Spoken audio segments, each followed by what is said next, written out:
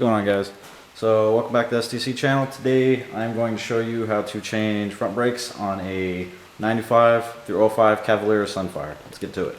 Alright, so here's the tools you guys are going to need. First importantly, brake cleaner, just to clean off everything that's currently on your brakes, just to make it less of a messy job, and to clean off all of the machine oil that comes on your new brakes after you install them.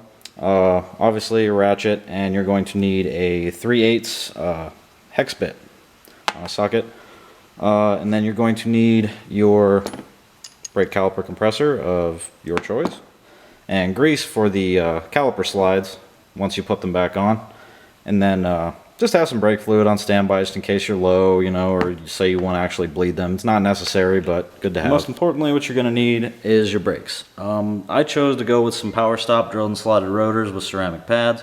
You can do any type that you'd like. The organic ones, of course, they're not that great.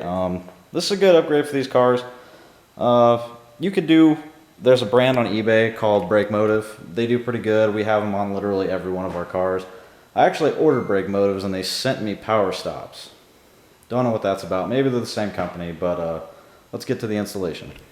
Okay, so starting, the first thing you're going to want to do is take the cap off of your brake reservoir. It basically helps all of the air come out that you're compressing out of the caliper, and helps it come up and out instead of being trapped in there, and it just makes it easier to compress both the calipers in.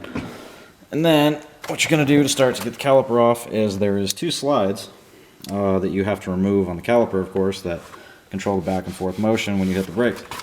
You'll see the little hex head in there, if you can see it. There's one up top, and there's one down here. And just break those loose. There's one. This is probably going to be a little bit more of a challenge. Alright, so I got the bottom one loose. As you can see, I had to give it a little bit of persuasion with the hammer there, just to smack the ratchet. And what you're going to do is take both these slides out so you can pull the caliper right off. Okay, and once you've got both your slides out, that's what they look like.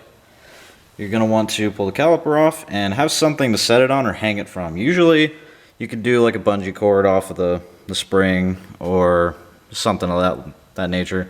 I have just a jack stand. I just set them on usually, so. Pull this off. A little tight. Okay. Once that's off, just set it on there. Okay, and then when pulling your pads off, it's real simple. This one just falls right out. It's just a little clip. So pull that right out. And then throw it off to the side. And then this one, two little clips on the front, and that's all that holds it in. You just push forward and then up. And they just pop right out. Both sides, just like that. Okay. Then once your old pads are out, what I like to do is take the inner pad here and then basically use it as extra leverage for the compressor tool for the caliper. Just, it's easier.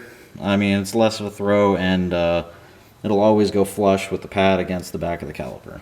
Okay, and once you've got your caliper all compressed, just the reverse of taking the pads out, just throw the new ones in there. These clips can be a little finicky getting the new ones in there, but just flathead and some pressure, usually they'll go in there just fine. Now what you're going to do to reinstall your caliper, of course, is makes it easier. Throw a lug nut on so it keeps the disc straight, keeps the rotor in check where it's supposed to be, and you got to fight it. Okay, and once all said and done, you're putting the caliper back on. What you're going to do is grease these slides up a bit. You ain't got to have a whole lot on there, just enough to cover them. Just a little bit.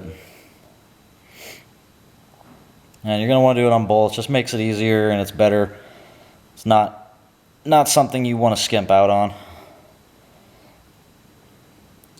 Makes it easier to get them back off whenever you got to do them again. And I mean, I've seen people do it without the grease, putting these back on, but it's not really a good idea, being as this is kind of what your caliper rides on to when you press the brakes to go in and out. But just cover these pretty good. Like I said, you don't have to use a whole lot, just enough to get them covered, you know, because the fit on the back of the caliper is going to push some of the grease out anyway, so just enough to get them where they should be. Okay, and once it's all back together, you're going to want to hit it with some brake clean to get all the machine oil off the new rotors.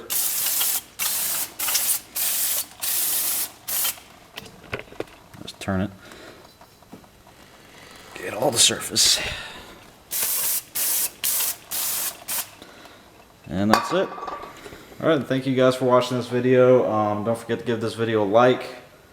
Comment what you want to see. If there's anything you guys want to see us do, anything how-to related or maintenance related, just let us know in the comments. Thanks.